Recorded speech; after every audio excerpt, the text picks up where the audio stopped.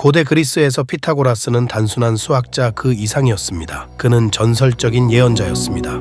피타고라스는 수학에 대한 공헌으로 유명하지만 모든 것은 숫자로 이루어져 있다는 믿음의 뿌리를 둔 예언 능력으로 존경받았습니다. 그는 이 이론을 사용하여 세상을 설명하고 미래를 예측했습니다.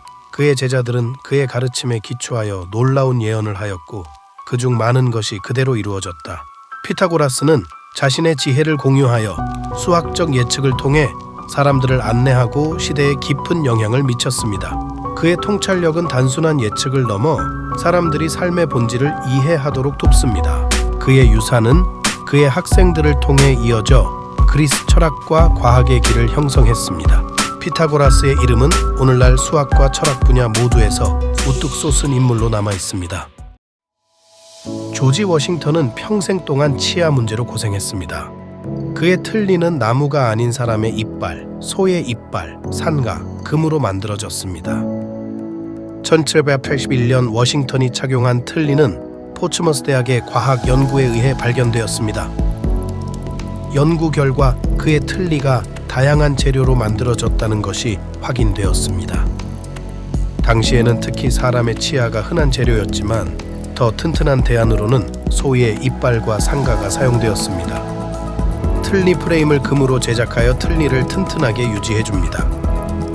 이렇게 다양한 재료를 사용한 것은 워싱턴의 틀니가 당시 최고의 기술을 사용하여 만들어졌다는 것을 보여줍니다.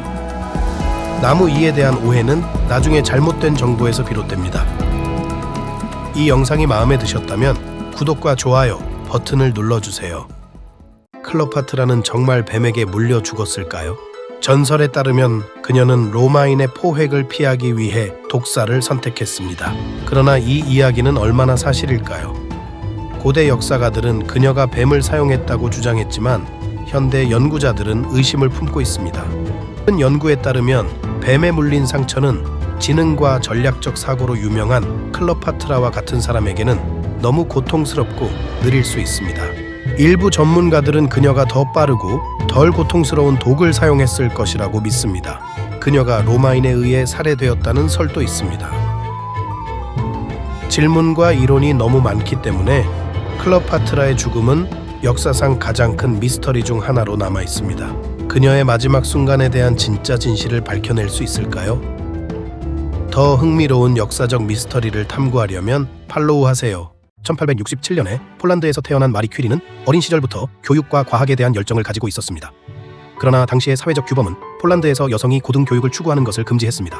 이에 굴하지 않고 마리는 프랑스로 이주하여 파리 대학교에서 물리학과 수학에 몰두했습니다. 1895년에 마리는 피에르 퀴리와 결혼했으며 이는 사랑의 결합이자 역동적인 과학적 협력이기도 했습니다. 그들은 함께 라듐과 폴로늄을 발견했으며 이 획기적인 업적으로 1903년 노벨 물리학상을 수상했습니다. 그러나 마리의 여정은 여기서 끝나지 않았습니다.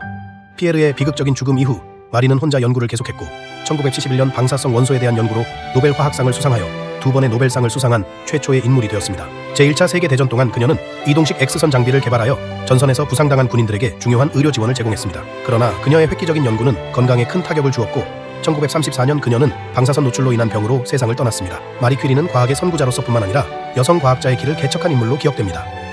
그녀의 끈기와 열정은 수많은 여성 과학자들에게 영감을 주었습니다. 그녀의 유산은 과학 공동체에서 진보와 혁신의 등불로 남아 있습니다. How did Petra thrive in the desert 2,000 years ago? Founded by the Nabateans, Petra became a bustling trade hub by mastering water scarcity. They built advanced aqueducts to store and supply water year-round. Strategically located at the crossroads of the Silk Road and spice trade route, Petra traded with Arabia, Egypt, and Syria. Its stunning rock-carved architecture still amazes visitors today. Petra's decline began under Roman rule and shifting trade routes, leading to its forgotten status. Rediscovered in 1812 by Swiss explorer Johann Ludwig Burckhardt, Petra is now a UNESCO World Heritage Site.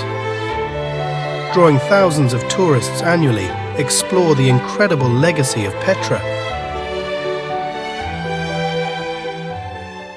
모든 것이 어디서 시작되었는지 궁금하신가요? 컴퓨터 바이러스의 이야기는 크리퍼라는 건방진 작은 벌레에서 시작되었습니다. 최초의 크리퍼 바이러스는 우리가 알고 있는 인터넷이 존재하기 훨씬 전인 1971년에 나타났습니다. BBN 테크놀로지즈의 프로그래머인 법 토마스가 만든 이 무해한 바이러스는 단순히 다음과 같은 메시지를 표시했습니다. 나는 크리퍼다. 가능하다면 나를 잡아라. 자체 복제가 가능하기는 하지만 어떤 파일도 삭제하거나 손상시키지 않았습니다. 대신에 컴퓨터 네트워크를 통해 한 시스템에서 다른 시스템으로 이동하면서 본질적인 진실을 드러냈습니다. 즉, 컴퓨터 보안이 중요할 것입니다. 크리퍼와 싸우기 위해 리퍼라는 이름의 최초의 바이러스 백신 프로그램이 개발되었습니다. 이 프로그램의 임무는 크리퍼 바이러스를 추적하고 제거하는 것이었습니다. 이 디지털 추적은 전체 컴퓨터 보안 산업의 무대를 마련했습니다. 크리퍼부터 오늘날의 정교한 위협까지 이 최초의 바이러스는 우리에게 디지털 세계를 보호하는 중요한 교훈을 가르쳐 주었습니다. 고대 로마인들은 위생과 건강을 매우 중요하게 여겼습니다. 공중 목욕탕 또는 테르메는 단순히 몸을 씻는 곳이 아니었습니다. 모든 계층의 사람들이 정보를 교환하고 관계를 구축하기 위해 모이는 번화한 사회적, 정치적 네트워킹 중심지였습니다. 이 거대한 구조물에는 다양한 온도의 목욕탕, 운동장, 심지어 도서관도 있었습니다. 사람들은 뜨거운 물로 몸을 덮이고 차가운 물에 몸을 담그며 마사지와 운동을 즐겨 최상의 신체 건강을 유지했습니다. 하지만 그것이 전부가 아닙니다. 로마 목욕탕은 제국의 놀라운 기술력을 보여주었습니다. 효율적인 난방 및 급수 시스템 덕분에 이 공공시설은 건축 혁신의 기적이 되었습니다. 그래서 다음에 목욕을 단순한 사치로 생각할 때 고대 로마에서는 목욕이 일상생활과 사회의 중요한 부분이었다는 것을 기억하세요. 고대 로마인들은 소변을 세탁 세제로 사용했다는 사실 알고 계셨나요? 소변 속 암모니아가 강력한 세정제로 작용했기 때문입니다. 로마 제국에서는 세탁을 위해 공중 소변통을 설치해 시민들의 소변을 모았습니다. 소변 속 암모니아는 지방과 때를 분해하는 데 효과적이어서 로마인들은 이를 활용해 옷을 깨끗이 했습니다. 당시 세탁소에서는 소변을 옷에 붓고 발로 밟아 세탁을 했습니다. 이러한 방법은 중세 유럽에서도 계속 사용되었습니다. 고대 로마인들의 세탁 방식은 현대의 세제와 비교하면 믿기 어려운 방식이지만 그들의 지혜를 엿볼 수 있는 흥미로운 사례입니다. 로마인들은 일상에서 자연 자원을 효과적으로 활용했던 것입니다. 다음에 세탁할 때 고대 로마인의 방법을 떠올려 보세요. 현대의 세제와는 다르지만 그들의 창의적인 방법이 놀랍지 않나요? 나폴령이 키가 작다고 생각하셨나요? 다시 생각해 보세요. 알고 계셨나요? 전설적인 프랑스 지도자 나폴령 보나파르트는 사실 평균 키였습니다. 나폴령이 키가 작다는 신화는 영국의 선전과 측정 단위의 혼동에서 비롯되었습니다. 사실 나폴령의 실제 키는 5피트 6인치로 당시 프랑스 남성의 평균 키였습니다. 이 오해는 그의 별명 작은 상사와 영국의 경멸적인 노력에서 비롯되었습니다. 프랑스 측정법에서는 그를 5피트 2인치로 기록했지만 영국 단위로 변환하면 약 5피트 6인치가 됩니다. 이러한 신화에도 불구하고 나폴령은 군사적 천재와 전략적 재능으로 유명했습니다. 그는 유럽을 재편성하고 프랑스 혁명 후의 혼란을 정리하려고 했습니다. 그의 키는 오해를 받았지만 그의 영향력은 거대하게 남아 있습니다. 나폴령은 결코 위대함에서 작지 않았습니다. 세계 최초의 군사 드론이 1849년에 사용되었다는 사실 알고 계셨나요? 1849년 오스트리아는 베네치아를 공격하기 위해 무인 열기구에 폭탄을 실어 투하했습니다. 이게 바로 세계 최초의 군사 드론이었습니다. 20세기 초 미국과 영국은 무인 항공기를 개발하기 시작했습니다.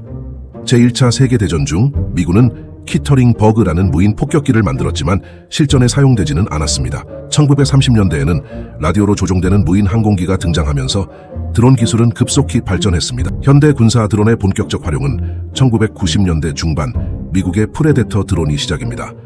이 드론은 정찰 및 타격 임무를 수행하며 점차 소형화, 고도화되었습니다. 군사 드론의 발전은 전쟁의 양상을 크게 바꾸었습니다. 정밀 타격과 실시간 정보 수집이 가능해지면서 전쟁의 효율성이 크게 향상되었습니다. 드론 기술은 계속해서 발전하고 있으며 그 영향력은 날로 커지고 있습니다. 지금까지 군사 드론의 놀라운 역사였습니다. 구독과 좋아요 잊지 마세요.